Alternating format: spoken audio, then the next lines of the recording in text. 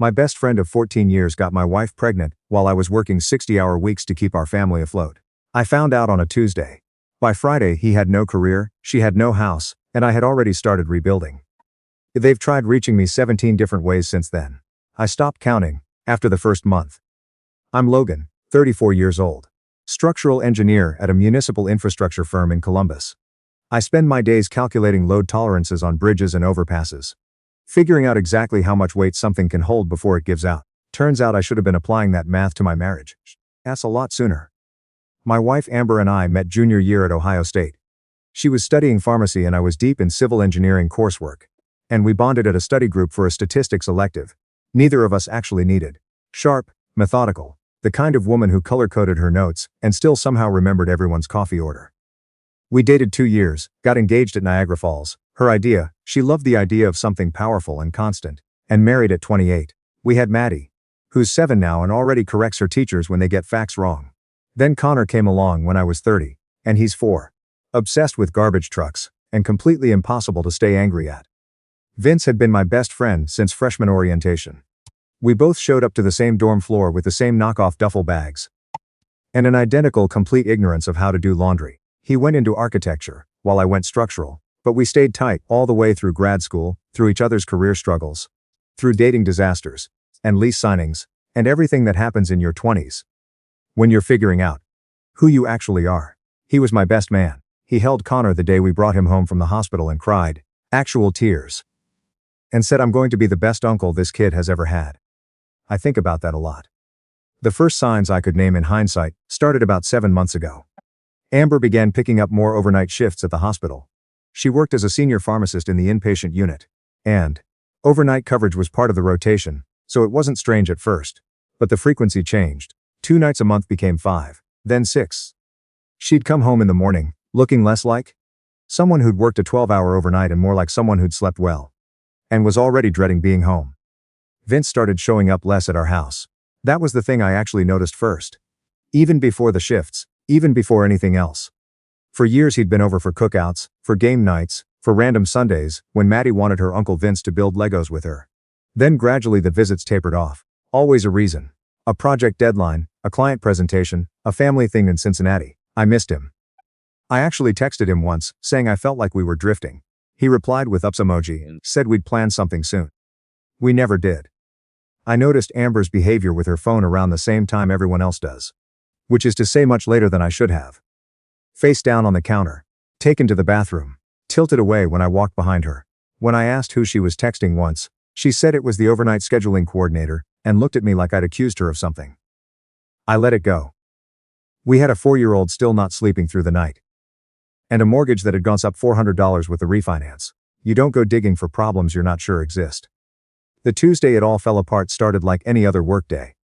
I was out at our Hilliard Overpass project, a routine reinforcement job on an I-270 ramp, when a contractor hit a buried utility line and we had to shut the whole site down pending emergency inspection. 2 lost days minimum, nothing to do about it. It was barely 1 in the afternoon. I logged the incident and headed home. Amber's car was in the driveway. She was supposed to be on an overnight shift. It had started at 11 the night before. I looked at her Civic sitting there, and thought maybe she got off early. Maybe she came home and is sleeping. That happens sometimes. I went inside, set my keys down, called her name. Nothing. I walked through the kitchen and noticed 2 mugs drying on the rack by the sink. We have a rule in our house, cups go in the dishwasher.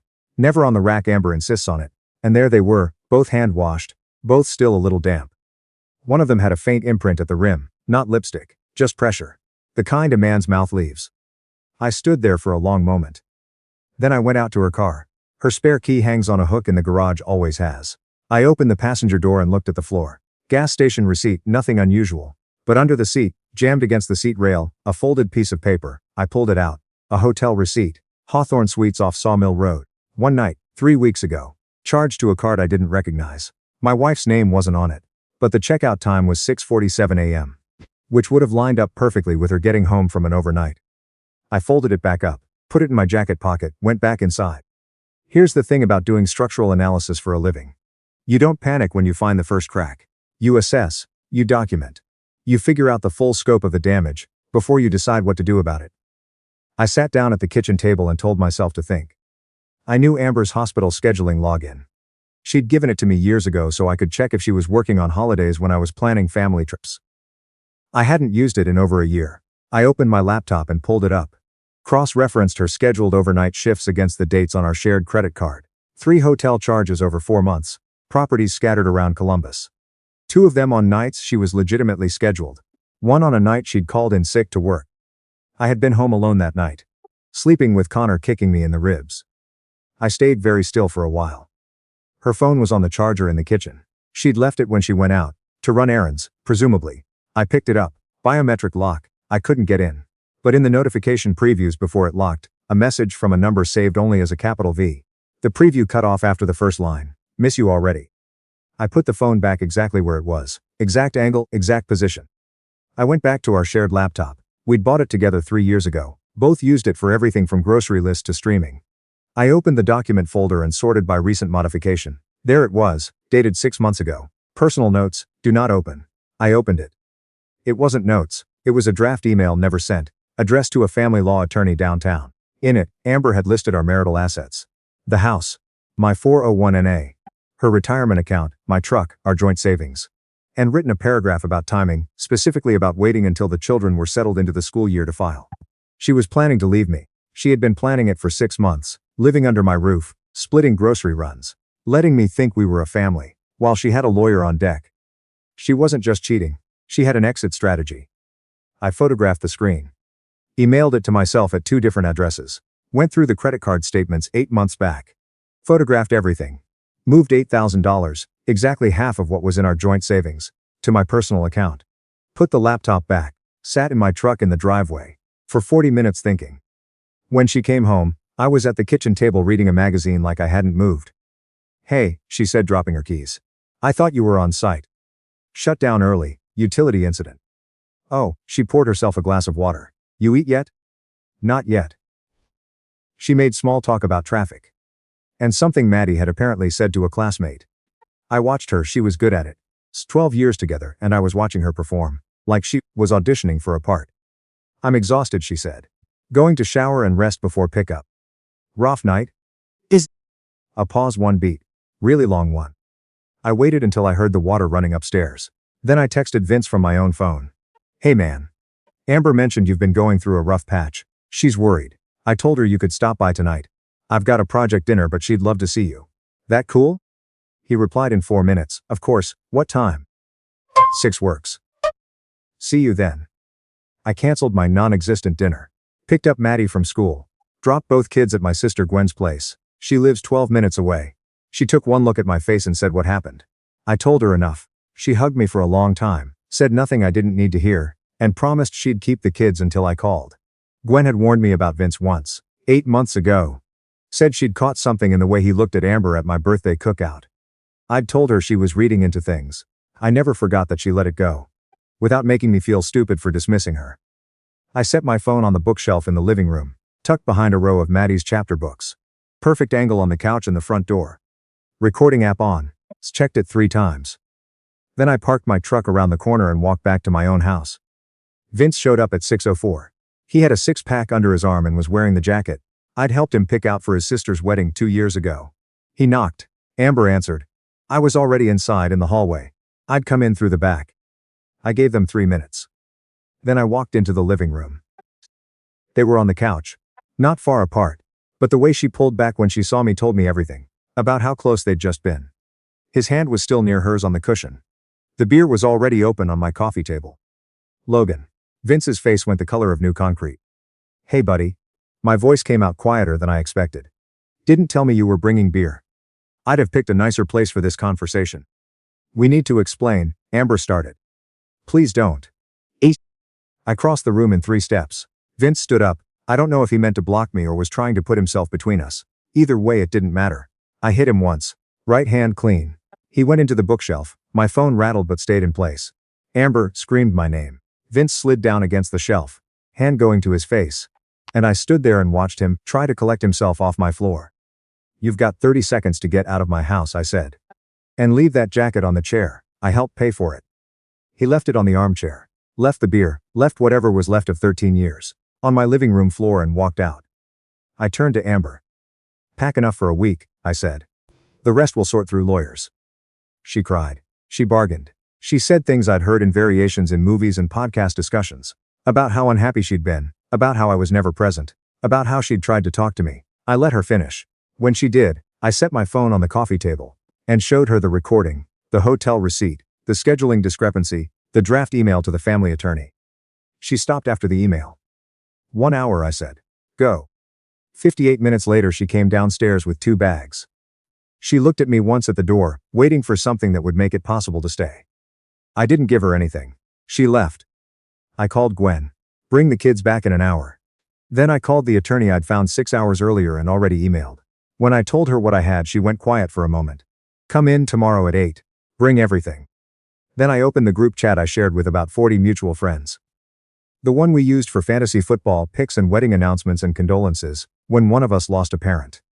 I posted the hotel receipts, the scheduling discrepancy screenshot, the photo of the Hawthorne Suites receipt from her car, and the notification preview.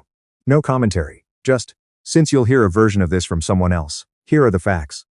Then I went to Vince's professional Instagram. He documented everything there: project unveilings, client events, award nights.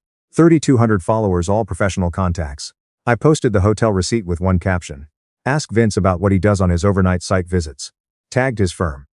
His managing partner messaged me at 10:47 p.m. just, "I'm so sorry, this will be handled." I picked up my kids. Connor cried because he didn't want to leave Gwen's dog. Maddie fell asleep in the car and I carried her in. I sat in the kitchen after they were in bed and let the silence be what it was. Over the next 72 hours, my lawyer filed for emergency temporary custody, citing documentation of marital misconduct and evidence of premeditated financial planning during the marriage. The draft email did serious damage to Amber's position. The judge granted temporary primary custody pending the full hearing. Amber called me 29 times over 2 days. I answered once, long enough to say talk to my lawyer, and hung up. Vince's firm placed him on administrative leave pending an ethics review. His primary client, a regional hospital system using his for a major expansion, quietly pulled the next project phase from the contract. I found out when a mutual friend sent me a screenshot of Vince's LinkedIn, updated to open to opportunities. Amber's HR department contacted me. Several mutual friends had shared the posts. The hospital had a professional conduct clause in every senior employee contract. She was placed on paid administrative leave pending their own review. A week later I found out through Gwen that Amber was pregnant. She hadn't told me directly. My lawyer pushed for a paternity test as part of the proceedings. Results came back 5 weeks later. Vince was the father, 99.94% probability. The time was unambiguous, 7 months. I forwarded the results to my lawyer, her lawyer, and my mother, who had been calling every few days alternating between sympathy, and "there must have been something you could have done differently." I included one line with my mother's copy. For clarity. She didn't call back for 2 weeks. When she did, she didn't mention it. That was enough. The divorce finalized 7 months later. I got primary custody of Maddie and Connor.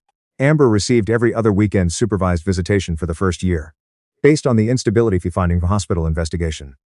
The house was appraised. She received her share of the equity, $42,000 after the mortgage, which was fair and correct, and I didn't fight it. What I fought was any claim on my pension. The draft email, evidence of premeditated asset planning during the marriage, gutted her negotiating position completely. Vince lost his job. The administrative leave stretched 2 months. And when the firm restructured after losing that hospital contract, his position was among the first eliminated. He freelanced for a while.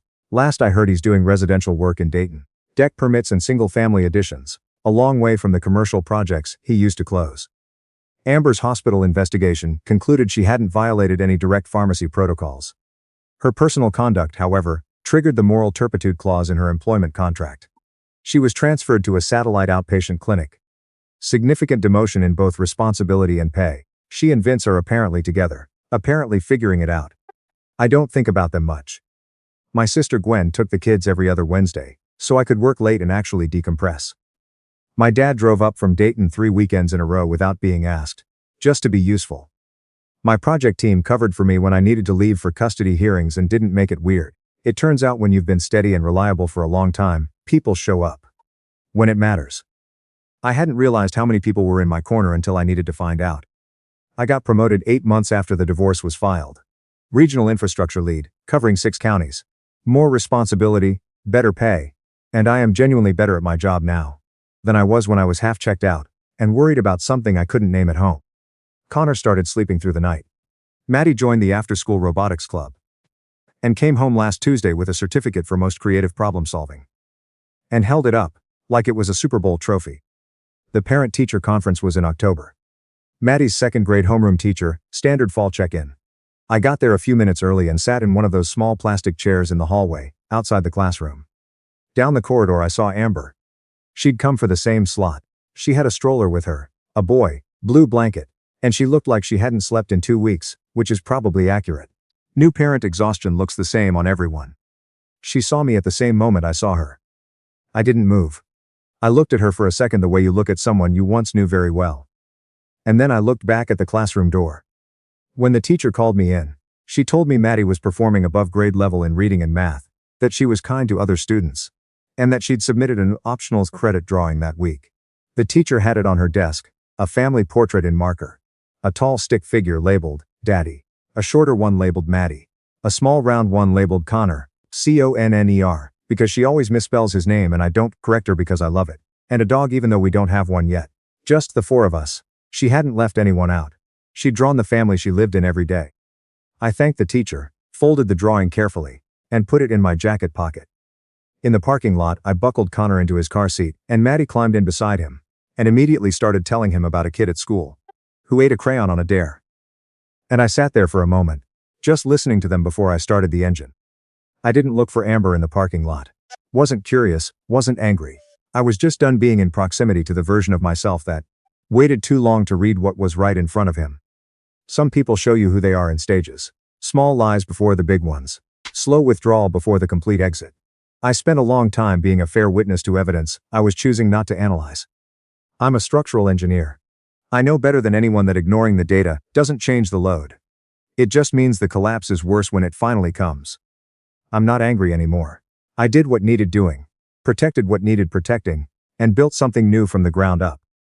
That's the only kind of work I've ever known how to do. And I'm very good at my job.